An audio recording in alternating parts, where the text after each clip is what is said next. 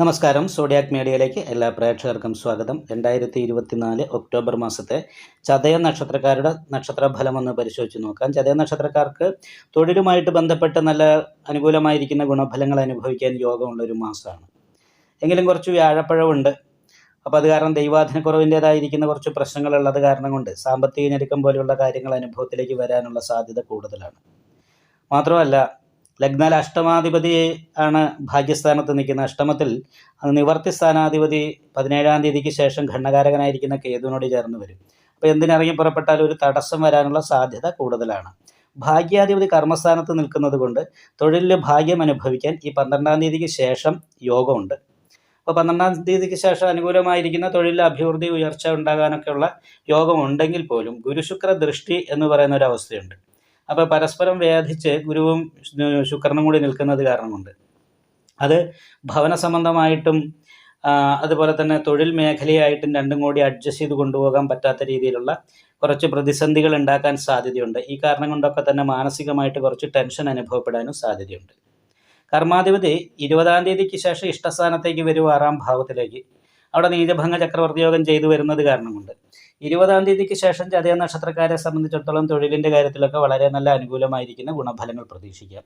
എങ്കിലും 2-ാം ഭാവത്തിൽ ധനസ്ഥാനത്ത് അമൃതവർഷകണ്ഠകാരകനായിരിക്കുന്ന രാഹു നിൽക്കുന്നത് കൊണ്ട് ചില സമയത്ത് നല്ല ഉദ്ദേശത്തോടു കൂടി സംസാരിച്ചാലും കേൾക്കുന്നവർക്ക് അത് അപ്രിയമാകുകയും ചില സമയത്ത് സാമ്പത്തികമായിരിക്കുന്ന ഞെരുക്കം പോലെയുള്ള പ്രശ്നങ്ങളുള്ളത് കൊണ്ട് മാനസിക ടെൻഷൻ അനുഭവിക്കാൻ ഇടവരികയും ചെയ്യാനും സാധ്യതയുണ്ട്.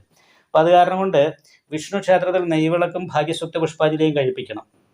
അതേപോലെ തന്നെ 7ര ശനിയിൽ ജന്മശനിയാണ്, കണ്ടകശനിയാണ്. അപ്പോൾ കണ്ടകശനി ദോഷത്തിന് പരിഹാരമായിക്കൊണ്ട് അയ്യപ്പ ക്ഷേത്രത്തിൽ നീരാഞ്ജനം വഴിപാട് ചെയ്യാനായിട്ട് മറക്കരുത്.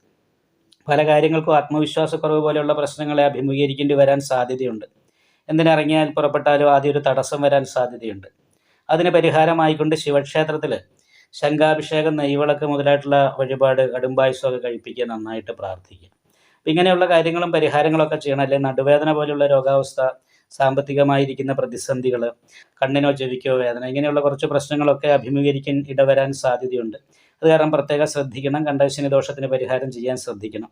4-ാം ഭാവത്തിൽ വ്യാഴം നിൽക്കുമ്പോൾ 3-ൽ നിന്നതിനേക്കാളും കുറച്ചുകൂടി അനുകൂലമായിരിക്കുന്ന ഗുണഫലങ്ങൾ തന്നെയാണ് തരിക. എങ്കിൽ പോലും പരിപൂർണമായിട്ടും വ്യാഴം ഇഷ്ടസ്ഥാനത്ത് എന്ന് പറയാൻ സാധിക്കാത്തത് കാരണം കൊണ്ട് വിഷ്ണു ക്ഷേത്രത്തിൽ നല്ല പ്രാർത്ഥനയും അതേപോലെ തന്നെ യഥാശക്തി വഴിപാടും ഒക്കെ ചെയ്യുന്ന കാര്യത്തിൽ മറക്കാതിരിക്കാൻ ശ്രദ്ധിക്കണം. തൊഴിലിൻ്റെ കാര്യത്തിൽ മാനസികമായിട്ട് കുറച്ച് ടെൻഷനൊക്കെ ഉണ്ടാകുമെങ്കിലും തൊഴിലുണ്ടാകും എന്ന് പറയുന്നൊരു ഗുണമുണ്ട്. പിന്നെ വിദ്യാർത്ഥികളെ സംബന്ധിച്ച് വിദ്യാഭ്യാസത്തിൻ്റെ കാര്യത്തിൽ കുറച്ച് ശ്രദ്ധക്കുറവ് പോലെയുള്ള കാര്യങ്ങൾ ഉണ്ടാകാനും സാധ്യതയുണ്ട്. അത് കാരണം കൊണ്ട് നാഗപൂജ ചെയ്ത് ദൈവാധീനം വർദ്ധിച്ച് തടസ്സങ്ങൾ മാറ്റാനായിട്ട് പ്രത്യേകം ശ്രദ്ധിക്കുന്നത് നന്നായി. ഈ വീഡിയോ ഇഷ്ടപ്പെട്ടാൽ ലൈക്ക് ചെയ്യുക, നിങ്ങളുടെ അഭിപ്രായങ്ങൾ കമൻറ്റ് ചെയ്യാം. ജ്യോതിഷവുമായി ബന്ധപ്പെട്ട കൂടുതൽ കാര്യങ്ങൾ അറിയാൻ ഈ ചാനൽ സബ്സ്ക്രൈബ് ചെയ്യുക. ഞങ്ങളുടെ ഓൺലൈൻ കൺസൾട്ടൻസി നമ്പർ താഴെ ഡിസ്ക്രിപ്ഷൻ ബോക്സിൽ കൊടുത്തിട്ടുണ്ട്. ആവശ്യമുള്ളവർക്ക് കോൺടാക്റ്റ് ചെയ്യാവുന്നതാണ്.